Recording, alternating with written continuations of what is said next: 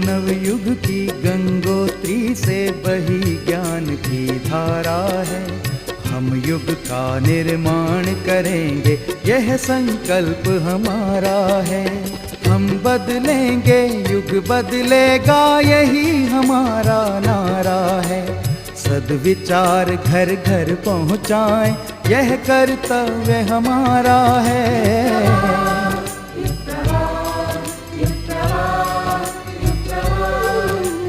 चलो बढ़ें, कुछ अच्छा कर लें, युग ने हमें पुकारा है। धरती स्वर्ग बनाएंगे, ये शुभ संकल्प हमारा है।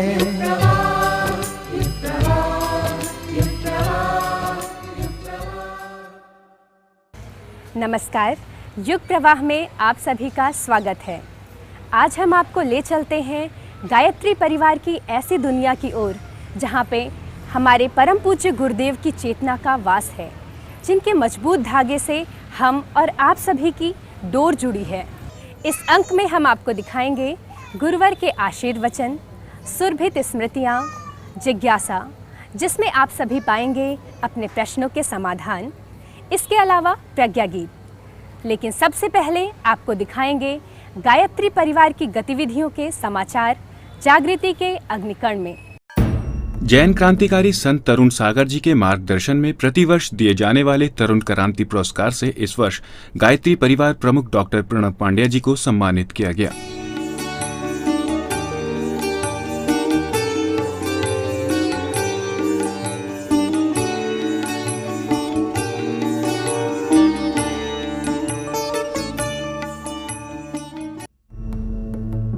अखिल विश्व गायत्री परिवार द्वारा ब्रह्म सरोवर पर सामूहिक उपासना, मौन व्रत पालन, सूर्य अर्घदान, तर्पण, मार्जन, ब्रह्मा मंदिर दर्शन, यज्ञ आदि किए। प्रथम दिन ब्रह्म सरोवर पर ही श्रावणी के विधान के अनुरूप 10 स्नान, पंचगव्यपान, यज्ञोपवीत परिवर्तन, हेमाद्री संकल्प के साथ शिविर संकल्प कराया गया।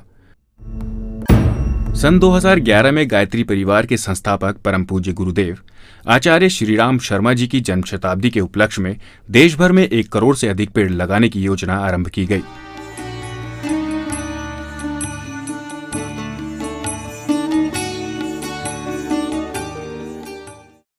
इसी के तहत गायत्री परिवार के युवाओं द्वारा बनासकांठा जिले के पालनपुर में 1008 वृक्षों का रोपण किया गया। देव संस्कृति विश्वविद्यालय में 2 दिवसीय emerging trends in computational research and development ETCRD पर आधारित राष्ट्रीय सेमिनार का शनिवार को शुभारंभ हुआ।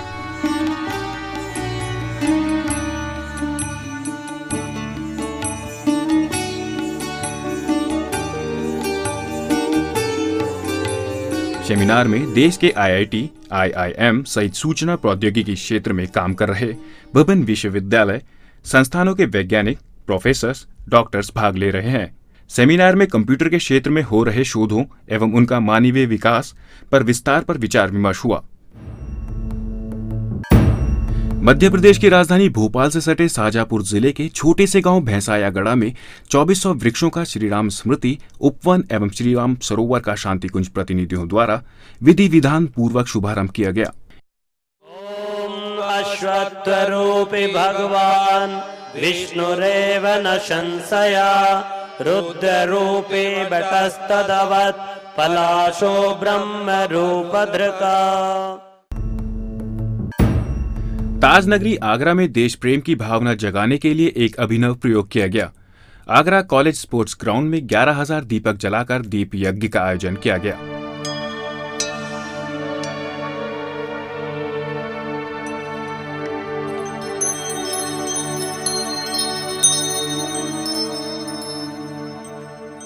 यह कार्यक्रम देश की सीमाओं पर शहीद हुए जवानों और उत्तराखंड आपदा में दिवंगत आत्माओं को श्रद्धांजलि अर्पित करने के लिए आयोजित किया गया था। उल्लेखनीय है कि इस श्रद्धांजलि समारोह का स्वरूप सर्वधर्म प्रार्थना सभा जैसा था।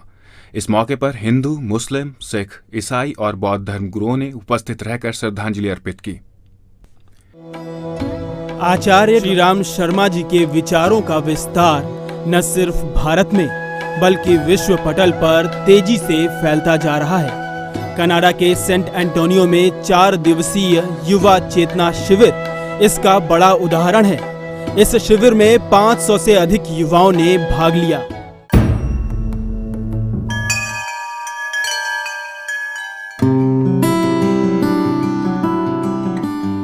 इस मौके पर सेंट एंटोनियो में अलग अलग भाषाओं में कई कार्यक्रम आयोजित किए गए। साथ ही आदरणीय पंड्या जी की क्लास में बड़ी संख्या में युवाओं ने हिस्सा लिया।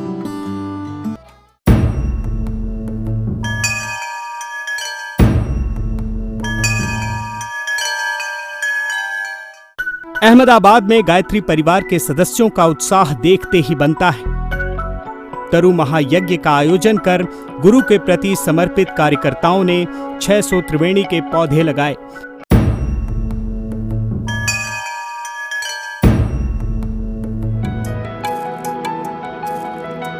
आचार्य श्री राम शर्मा जी के सपनों पर अग्रसर शांति कुंज परिवार इस समय हर समुदाय और धर्म के लोगों के लिए मिसाल बनता जा रहा है।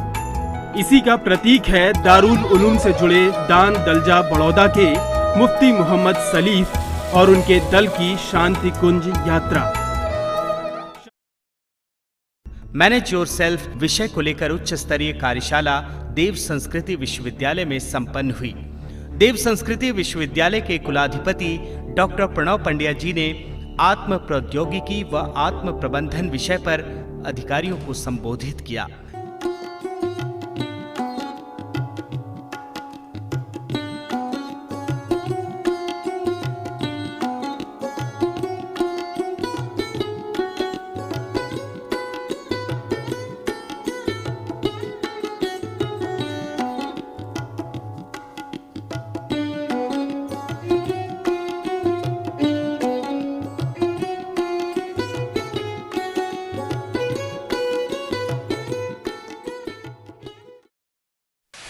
सोलह 17 जून को उत्तराखंड में आई विनाशकारी त्रासदी में हताहत हुए लाखों बेघरों को अब पुनर्वास की चिंता सता रही है। ऐसे में 17 जून से ही निरंतर सक्रिय रहने वाले शांति कुंज आपदा प्रबंधन वाहिनी ने अपने दूसरे चरण में टिहरी गढ़वाल जनपद की थद्यूड, काटल एवं बंगशील में राजकीय इंटर कॉलेज का पुनर्निर्माण कर उसे जन सामान्य के लिए समर्पित किया।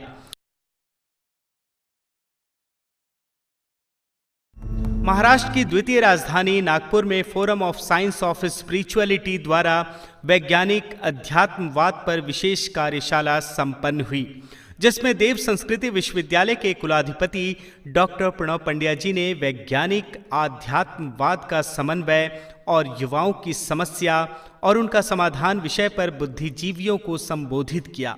नागपुर सिविल लाइन में संपन्न हुए इस कार्यक्रम में देव संस्कृति विश्वविद्यालय और राष्ट्रीय संत टुकड़ू जी महाराज विश्वविद्यालय के बीच MOU साइन किए गए।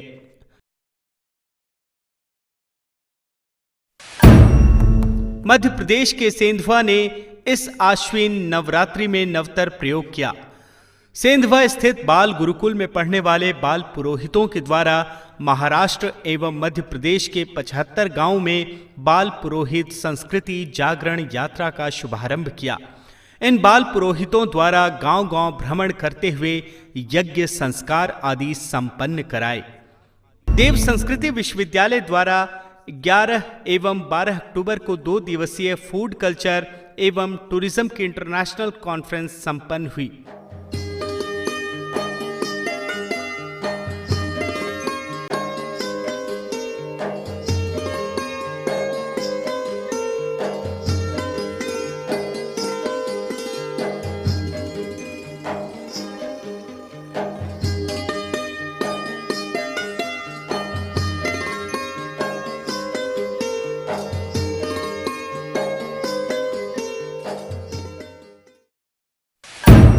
कसरावत मध्य प्रदेश में वृक्ष गंगा अभियान के अंतर्गत 108 त्रिवेणी और 400 वृक्षों का रोपण किया गया।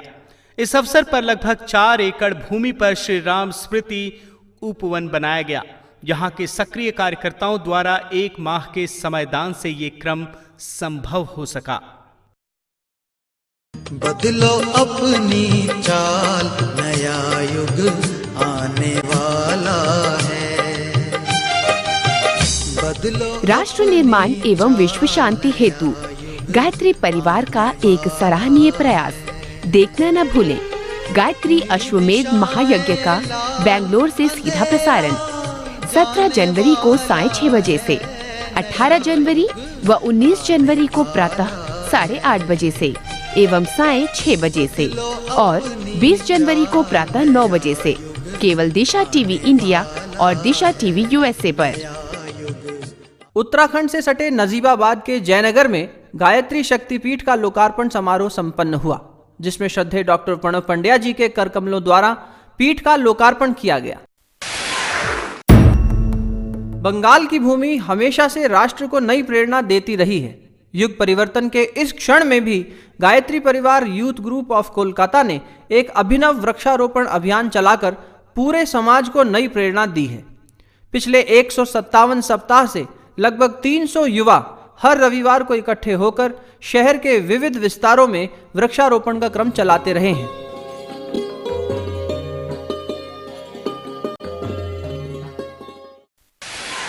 गायत्री परिवार राजस्थान द्वारा जन जागरण रथ यात्रा निकाली गई। इसके साथ साथ अन्य संस्थाओं द्वारा भी विभिन्न प्रकार की मनोरम झांकियां निकाली गई।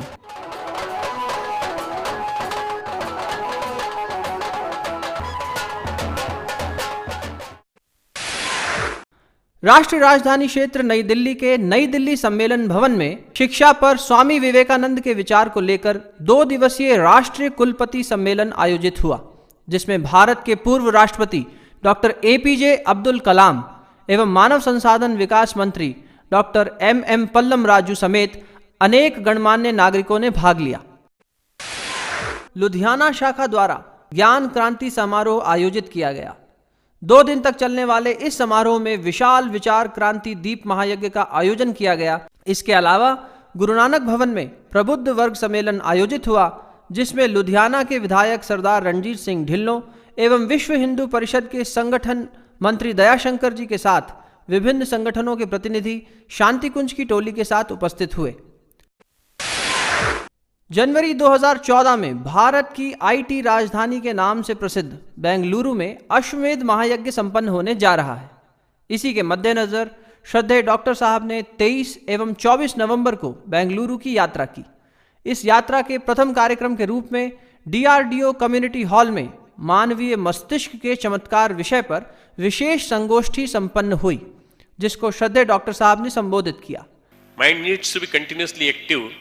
Idle mind is devil's workshop. Practice oneness is thoughts, speech and deeds. Strong control of intellect over mind. Develop faith in the higher power that creates, sustains and destroys. Believe in a power that exists us, above us, and that is controlling, sustaining and maintaining us, nurturing us constantly by the positive thoughts. If you believe in that power, that astikta, that feeling of theism gives you energy. युग प्रवाह के वार्षिक अंक में हम लेकर आए हैं निहाल शिष्यों के जीवन की अनुभूतियों की कुछ झलकियां सुरभित स्मृतियों में। आध्यात्मिक व्यक्ति का चिंतन करने से व्यक्ति का मन शांत होता है, वृत्तियां शांत होती हैं, चित्त शुद्ध होता है, कर्म करने की इच्छा जागृत होती है, दूषित कर्मों के निवारण करने का बल जागता है। ऐसे एक महापुरुष अपने सदी में हुए, जिनको हम सब लोग जानते हैं, परम पूज्य वेदमूर्ति पंडित श्री राम शर्मा आचार्य। ये पहला परिचय आचार्य जी के साथ हुआ। मैंने उनको नमस्कार किया, बताया मैं यहाँ साधना कर रहा हूँ। उन्होंने कहा अच्छी बात है, साधना करते करते ही तो व्यक्ति को निर्मलता प्राप्त होती है, इसलिए आपका जो भी लक्ष्य हो आप बड़े आनंद के साथ उस पर अग्रसर हों। आपसे मिलने के बाद मुझे ऐसा लग रहा है कि आपके भीतर संभावनाएं हैं और वो प्रकट होना चाहते हैं, कोई काल उसका निकट भविष्य में आ जाएगा। इतना परिचय मेरा ब्रह्मचारी जीवन में हुआ था। ये बात लगभग 57 की है और मैं 57 में शंकराचार्य पद पर आया। मुझे आचार्य जी के प्रति स्वाभाविक रूप से श्रद्धा और आदर जागा कि केवल 5 मिनट के परिचय, 10 मिनट के परिचय से इस महापुरुष ने मेरा भविष्य कथन किया कि आपके भीतर संभावनाएं हैं, आप साधना में लगे रहिए, बहुत कुछ आप समाज को दे सकेंगे। मेरे मन में विशेष रूप से श्रद्धा जागी। हमने ये अनुभव किया कि यदि समर्पण भाव से और बिना कुछ सोचे विचारे उनके काम में हम लग जाते हैं तो बाकी सब कुछ जब हम उनके ऊपर छोड़ देते हैं वे अपना फर्ज निभाते हैं। परम पूज्य गुरुदेव व्यक्ति को पहचानते हैं, कार्यकर्ता को महत्व देते हैं और प्यार बांटते हैं। और उनका यह कथन कि तुम मेरा काम करो मैं तुम्हारा काम करूँगा, यह अक्षरशः सत्य निकलता था। बस हम ये समझते हैं कि जितने अंश में हमारा समर्पण होगा उससे कहीं ज़्यादा अंश में उनका अनुग्रह हम सबको मिलता रहे। श्री राम शर्मा जी एक अद्वितीय प्रमाण है इस युग में कि अकेला, लोग कहते हैं कहावत में कि अकेला चना क्या भाड़ फोड़ेगा, तो मैं ये प्रमाण कहता हूं कि अकेला व्यक्ति इस संसार में श्री राम के बाद एक दूसरा श्री राम हुआ है। और गायत्री का प्रचार श्री राम शर्मा जी ने किया, एक अद्वितीय कार्य किया। मैंने पूज्य गुरुदेव को जो सबसे बड़ा मेरे ऊपर प्रथम ही उनका जो प्रभाव पड़ा, उनकी सादगी का।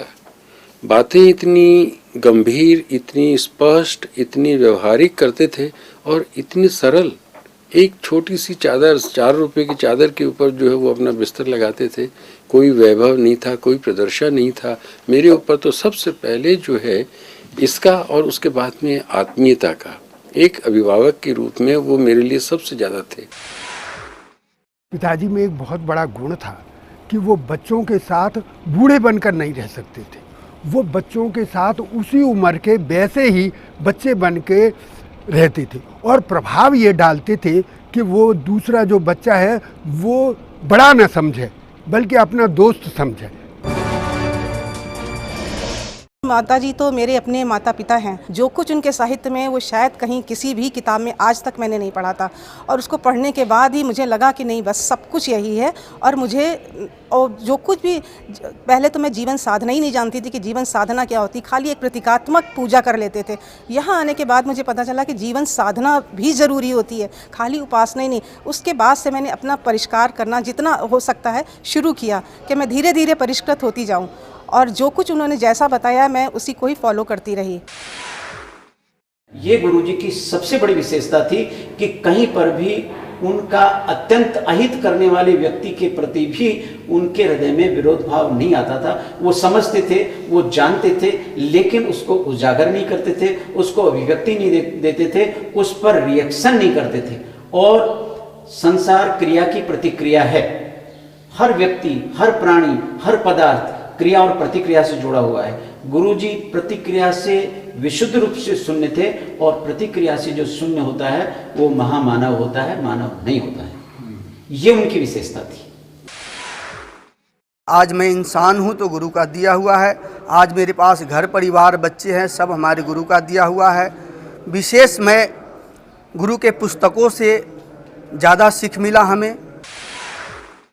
गुरुदेव का जो मुख्य लक्ष्य था कि धार्मिक पाखंडवाद जो हिंदुस्तान में सबसे ज़्यादा फैल रहा था, हर व्यक्ति पाखंडवाद की पूजा के नाते सारा काम कर रहा था, उसको समाप्त करके गुरुदेव ने असली अध्यात्म का दर्शन समाज में करवाया। और उस असली अध्यात्म के दर्शन के नाते आज लाखों पढ़े लिखे लोग जो नई जनरेशन के हैं, जिन्होंने गुरुजी को नहीं देखा, वो आज इस पंथ के साथ घूम रहे हैं और गुरुदेव के सिद्धांतों को उनकी लिखित पुस्तकों से पढ़ पढ़ करके आगे बढ़ रहे हैं।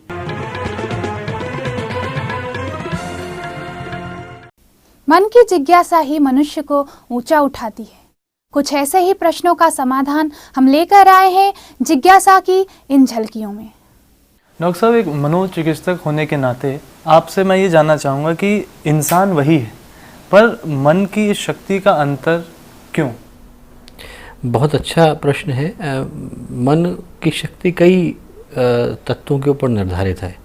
कुछ चीज़ें तो ऐसी हैं जो अपने कर्म के कारण अपनी प्रवृत्ति और संस्कार में लेकर के आते हैं, पर उसके अलावा बहुत सारी ऐसी चीज़ हैं जो हम अपने आसपास के वातावरण से, अपने आसपास के परिवेश से निर्धारित करते हैं। मन एक ही जैसा होता है। एक ही घर में आपको एक भाई मिलेगा जो कि बहुत अच्छा एक्सेल कर रहा होगा, वही वातावरण उसको मिला है, बहुत वही परिवेश मिला है, वही माता पिता मिले हैं, वही दोस्त, वही संगी साथी मिले हैं, और उसके जीवन में सिर्फ और कुछ नहीं तो डिप्रेशन है, अवसाद है, कुंठा है, निराशा है। और दूसरा आपको भाई मिलेगा जिसके जीवन में एकदम उत्साह है, उमंग है, ललक है और बहुत ऊंचाइयों को प्राप्त करता है। तो अंदर से यदि आदमी के अंदर इंस्पिरेशन है, मोटिवेशन है, अंदर से ये ललक है कि हम अपने जीवन में कुछ अच्छा करना चाहते हैं, और जो भी कुछ बुरा हुआ, जो भी कुछ ऐसा घटा जो कि हम अपने जीवन में नहीं घटाना चाहते थे, वो घट चुका है। पर यदि हम आज की तारीख में अपने जीवन में उत्साह के साथ एक नई शुरुआत करें तो फिर आदमी उस सकारात्मकता के आधार पर, उस पॉजिटिविटी के आधार पर अपने जीवन के लक्ष्य को निश्चित रूप से प्राप्त करता है। हमारी भारतीय संस्कृति की ऋषि परंपरा अपने आप में विश्वविख्यात रही है। इस संदर्भ में हम आपसे कुछ जानना चाहेंगे। हाँ, तो ये हमारे यहाँ की एक विशेषता ये रही है कि हमने, हमारी जो संस्कृति रही है ये अध्यात्मपरक रही है। यहाँ संसार को नकारा नहीं है, वैभव को नकारा नहीं है, शक्ति को ना नहीं किया है। हम लक्ष्मी को भी पूज्य मानते हैं, हम दुर्गा को भी पूज्य मानते हैं शक्ति के रूप में, हम सरस्वती को भी ज्ञान की देवी के रूप में पूज्य मानते हैं। लेकिन ये जो शक्तियाँ हैं ये अपने आप में शक्तियाँ हैं, इनको दिशा दी जाए तो आजकल गड़बड़ हो जाती है। विद्या कहाँ जा रही है? विवाद में जा रही है, धन स्वार्थ में जा रहा है, व्यसन में जा रहा है, शक्ति जो है उत्पीड़न में जा रही है, ये सब है। इसको दिशा तो ये आत्म तत्व ही दिशा दे सकता है, आत्मचेतना ही दिशा दे सकती है। तो इन सब जितने भी हमारे संसाधन हैं, जितने भी हमारे रिसोर्सेज हैं, जितनी भी हमारी विभूतियाँ हैं, इनको सही दिशा दी जा सकती है तो अध्यात्म विद्या से ही दी जा सकती है। तो ऋषियों ने उस अध्यात्म विद्या को सामने रख कर के, और हर पक्ष में, तो जो हमारे वेद उन्हीं की देन है, हमारा आयुर्वेद उन्हीं की देन है, हमारा जो ये अंतरिक्ष विज्ञान है जिसको आप ज्योतिर्विज्ञान कहते हैं वो उन्हीं की देन है, ये हमारी जड़ी बूटी परंपरा उन्हीं की देन है। तो उसको आजकल भी जो कहते हैं कि वो उसमें एक लंबे समय तक डूबते थे, और डूब करके उसमें से रिसर्च करके किसी ने तो कहा कि ऋषि अर्चा से ही रिसर्च बना है। ऋषि जो अर्चा करते थे उसी को रिसर्च है, किसी में गहराई से जाए। तो उन्होंने जीवन की हर गहराई और हर ऊंचाई को स्पष्ट करके रख दिया कि ये ऐसे होती है। ये हमारी ऋषि परंपरा। तारीख 17 जून 2013, जगह केदारनाथ, उत्तराखंड।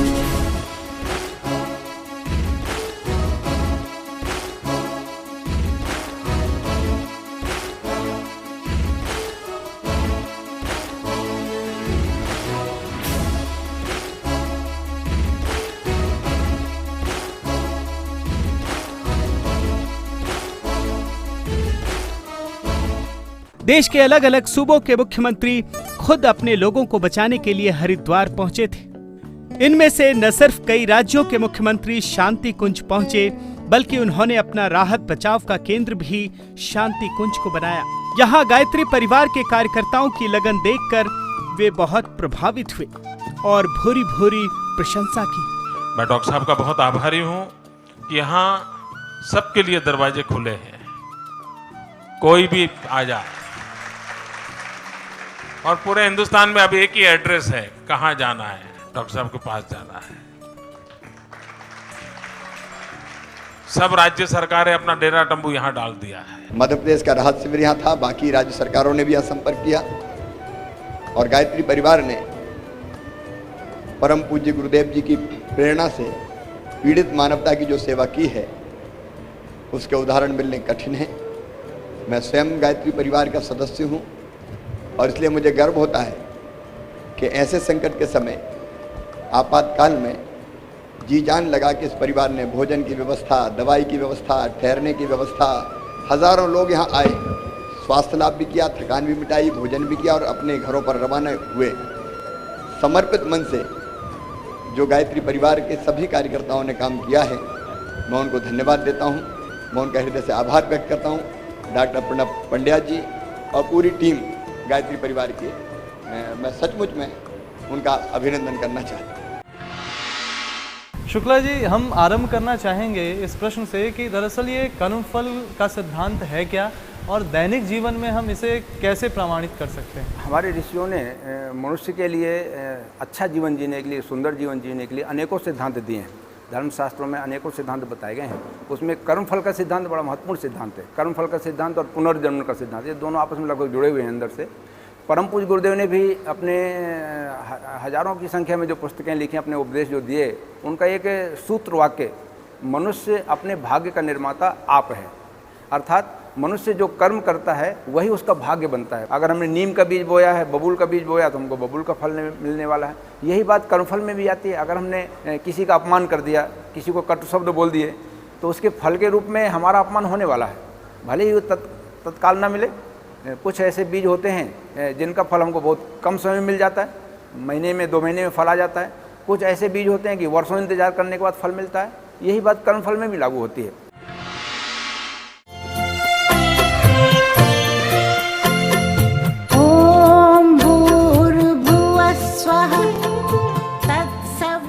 हरिद्वार, इसी भूमि को देवात्मा हिमालय के दिव्य क्षेत्र का प्रवेश द्वार कहा जाता है। यहीं गंगा पहली बार पहाड़ों से निकलकर मैदानी भागों में प्रवेश करती हैं। इसी दिव्य तथा रमणीक स्थल पर स्थित है लगभग 200 एकड़ में स्थित युग तीर्थ शांति कुंज।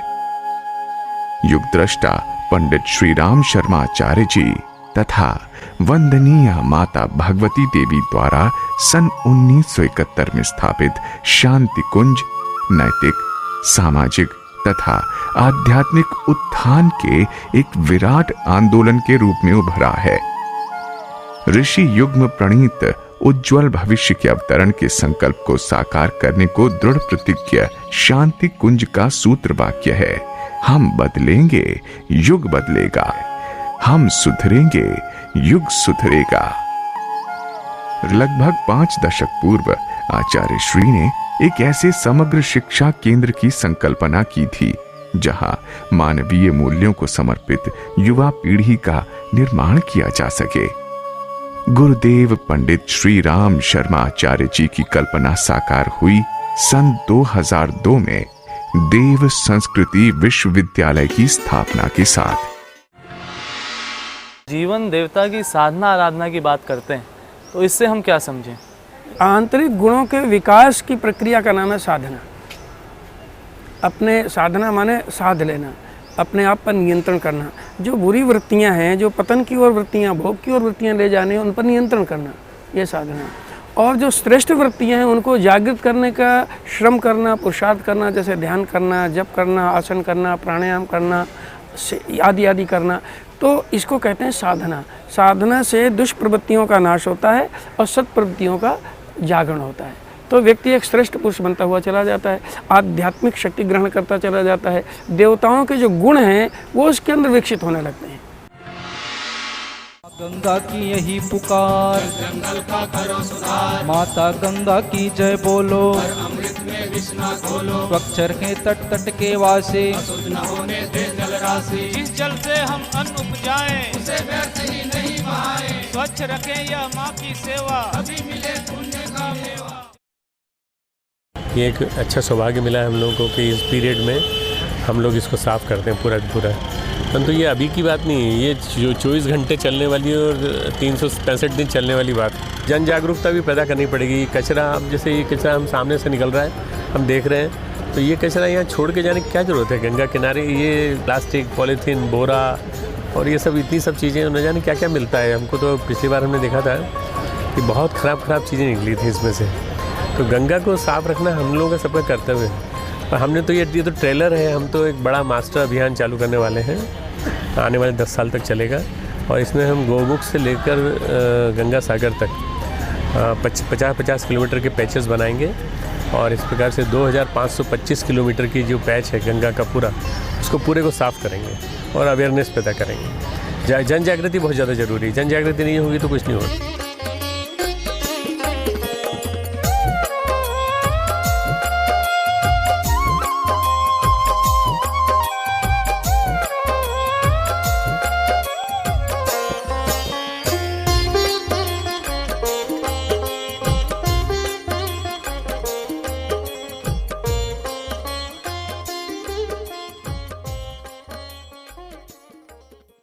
बदलो अपनी चाल, नया युग आने वाला है। बदलो। राष्ट्र निर्माण एवं विश्व शांति हेतु गायत्री परिवार का एक सराहनीय प्रयास।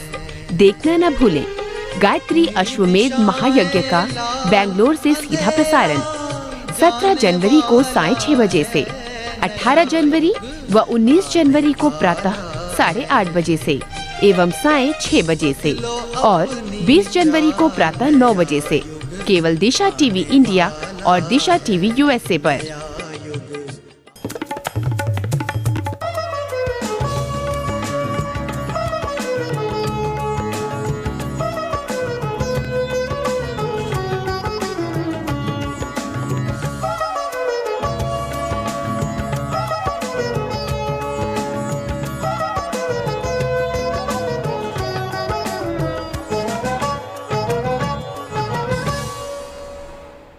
आइए सुनते हैं प्रज्ञा गीत। वह सच्चाई आँखें में देखी, कानों सुनी सुनाई। वह सच्चाई आँखें में देखी, कानों सुनी सुनाई। गुरुदेव हमारे शिव शंकर वरदाई।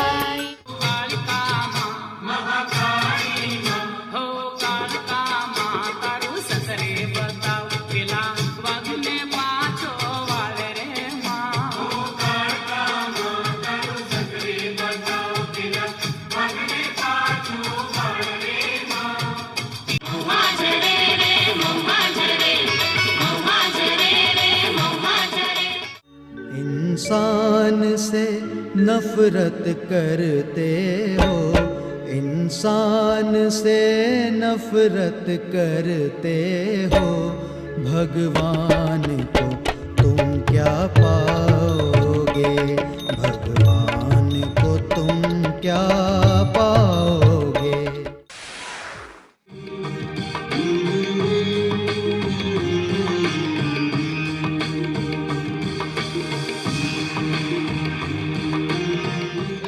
न करना, मान लो कहना, प्यारे भाई बहना, होगी बड़ी खराबी, होगी बड़ी खराबी।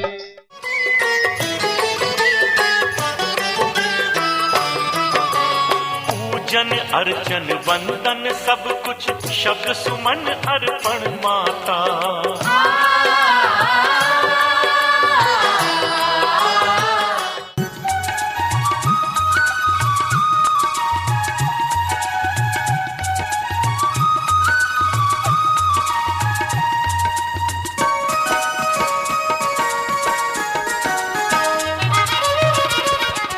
बदलो अपनी चाल, नया युग आने वाला है। बदलो। राष्ट्र निर्माण एवं विश्व शांति हेतु गायत्री परिवार का एक सराहनीय प्रयास। देखना न भूलें, गायत्री अश्वमेध महायज्ञ का बेंगलोर से सीधा प्रसारण 17 जनवरी को साय 6 बजे से, 18 जनवरी व 19 जनवरी को प्रातः 8:30 बजे से एवं साय 6 बजे से और 20 जनवरी को प्रातः 9 बजे से केवल दिशा टीवी इंडिया और दिशा टीवी यूएसए पर। और अब चलते चलते देखते हैं युग ऋषि के अमृत वचनों की झलकियां अमृतवाणी में। सवेरे जब आप सोकर के उठा करें तब ये ध्यान किया कीजिए आज हमारा नया जन्म हुआ है, शीली जैसा जन्म, भगवान की कलाकृति का जन्म, भगवान का सर्वोत्तम उपहार का जन्म। आपको इसी तरीके से आज इसको अच्छे से अच्छा उपयोग करना है। इसलिए सवेरे उठते ही, आँख खुलते ही, चारपाई पर से नीचे पैर रखने से पहले आप प्रज्ञा योग की ये साधना किया कीजिए, नया जन्म। सवेरे से लेकर के सायंकाल तक की पूरी स्कीम बना डालिए। प्रातःकाल इसके बाद उठिए, जमीन पाँव पीछे रखिए। सायंकाल को जब आप सोया करें तो बिस्तर पर जाने से पहले ये विचार कीजिए आज हमारी मृत्यु आ रही है। लोग मौत को भूल जाते हैं, मौत को भूल जाते हैं। बस एक ही खराबी आदमी के अंदर है कि मौत को भूल गया, और ये जानता रहता है कि मैं लाख वर्ष जीऊँगा, करोड़ वर्ष जीऊँगा। अगर ये बात याद बनी रहती कि आज हमको मरना पड़ेगा, तो आदमी वो काम न करता जो न करने चाहिए। बिस्तर पर सोते और उठते समय में आप नई जिंदगी और नई मौत का ध्यान किया कीजिए और उसके अनुसार काम कीजिए। शाम को समीक्षा किया कीजिए कि हमारा आज का दिन बेकार तो नहीं चला गया, गंदे कामों में तो नहीं चला गया। मेरी आपसे हर एक से प्रार्थना है कि आप समय दान दीजिए, कंजूसी मत कीजिए, कृपण मत बनिए। इसलिए मत कीजिए कि एक ब्राह्मण और आपसे पल्ला पसार के मांगे 2 घंटे का 4 घंटे का समय और आप मुझसे जो कह दें जैसा हमारे पास नहीं है, और चल जाइए और हम नहीं दे सकते, और हमारी तो बीवी है, सब कुछ है, और बच्चा है, वही सब कुछ है, पैसा है, सब कुछ है, और आप कुछ नहीं है, और देश कुछ नहीं है, और समाज कुछ नहीं है, संस्कृति कुछ नहीं है, कोई कुछ नहीं है। जो कुछ है सो हम हैं, या हमारे घर वाले हैं, या पैसा है, या हमारा विलासता है, हमारी मनोकामना है। बेटे ऐसे मत करना, बस और कुछ कहना है और तो कुछ ही नहीं कहना है। अगर आप सुन सके तो हमारे हृदय की आवाज़ सुनना, हमारी आत्मा की आवाज़ सुनना, हमारा अनुरोध सुनना, हमारी प्रार्थना सुनना, हमारा प्यार सुनना, हमारा स्नेह सुनना, हमारा सहयोग सुनना, और ये सुनना कि हम जब तक जहाँ कहीं भी रहेंगे आपके ऊपर हमारी मोहब्बत और हमारी कृपा और हमारी सहायता बराबर बने। ये आध्यात्मिक क्षेत्र विशुद्ध रूप से श्रद्धावानों का है, श्रद्धावानों का है, जिनके अंदर से श्रद्धा सो चुकी है, जिनके अंदर से भावनाएं मर चुकी हैं, वो क्या कर पाएंगे? बौद्धिक दृष्टि से आगे बढ़ जाए तो क्या, इंजीनियर बन जाए तो क्या, डॉक्टर बन जाए तो क्या, वैज्ञानिक बन जाए तो क्या, कुछ नहीं हो सकता सिवाय इसके कि जितना ये बढ़ेगा उतना ही अहंकार और घमंड बढ़ेगा और उतनी ही विकृतियाँ पैदा होती चली जाएंगी और कुछ नहीं होगा। जहाँ भावनाशील है, जहाँ निष्ठावान है, जहाँ श्रद्धावान है, वो छोटा सा गिलहरी जैसा ही पुरुषार्थ क्यों ना हो। आप अपने घर वालों को सुधारने के लिए प्रयत्न किया कीजिए। आप सब मिलजुल के काम किया कीजिए। घर वालों को ये मत मानिए कि स्त्री आपकी नौकरानी है, उसकी सोई हुई शक्ति को जगाइए, उसको भी योग्य बनाइए, उसको भी इस लायक बनाइए कि आपके काम आ सके, आपके मिशन के काम आ सके, देश के काम आ सके, बच्चों के काम आ सके, बढ़ाने के काम आ सके। इसलिए घर का सब काम मिलजुल के करना चाहिए और फिर जो स्त्रियों के पास समय बच जाता है उस बचे हुए समय को बढ़ाने का काम कीजिए। अपने कुटुंब को आप सुख बनाइए। बाहर के लोगों को आप नहीं बना सकते, दुनिया को आप ठीक नहीं कर सकते, तो अपने लोगों में सुनशीलता की एक बात, हर आदमी आपके घर का ऐसा हो जो परिश्रमशील बने। हर आदमी आपके घर का ऐसा हो जो मितव्ययी बने, किफायतशाल बने। आपके घर का हर आदमी ऐसा होना चाहिए जो शिष्टाचार पसंद करे, एक दूसरे से सम्मान बोले। हर आदमी आपका इस तरह का होगा, आपके यहाँ का जो कि सहकारिता के सिद्धांत को समझता हो, मिलजुल के काम करने की बात समझता हो, अपनी बात अलग नहीं करता हो।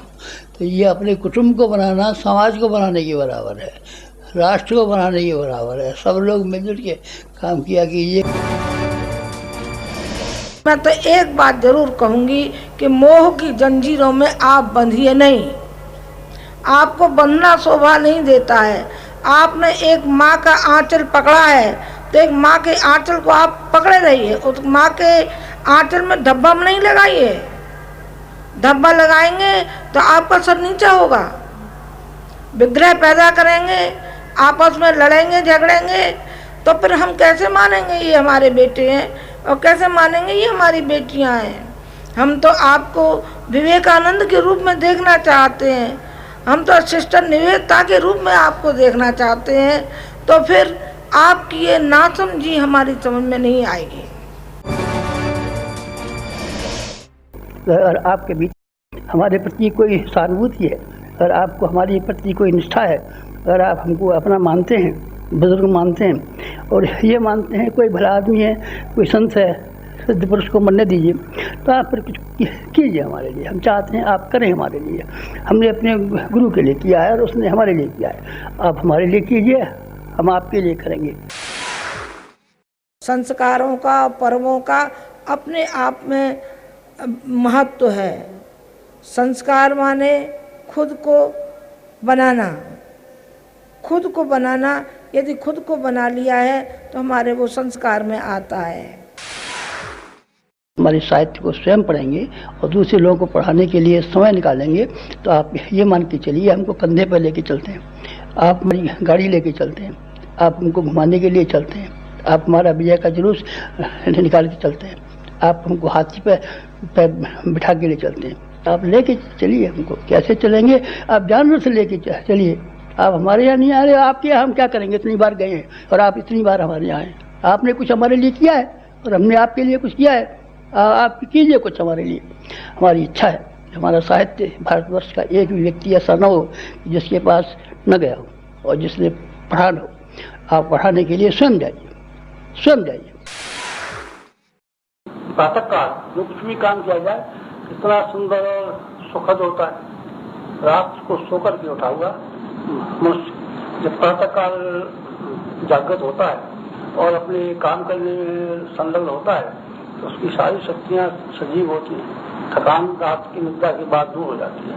शरीर सोकर के उठने के बाद स्फूर्त बन होता है थकान दूर होने के कारण, और मन निद्रा में जाने के बाद चिंता और दूसरी परेशानियों से दूर होने के बाद सवेरे जब उठा करता है तो उसका मन में भी स्फूर्णा होती है। ऐसा समय जब शरीर भी सक्रिय है और मन भी सक्रिय है, उसे जिस किसी काम में भी लगाया जाएगा उस काम में सफलता मिलती हुई चली जाएगी और वो काम श्रेष्ठ होता हुआ चला जाएगा। अपने दृष्टिकोण को बढ़ाइए, परिष्कृत कीजिए। अपना वसुदेव कुटुंब, हमारी देव संस्कृति कहती है कि वसुदेव कुटुंब, सारा जो संसार है वो हमारा कुटुंब है, हमारा परिवार है, हमारी देव संस्कृति। दिग्विजय जिसके लिए हमने कहा है, दिग्विजय आखिर कब आएगी? हमारा जब हमारे चिंतन सुधरेगा और हम पुरुषार्थ करेंगे तभी हम उसको विजय को हासिल कर पाएंगे।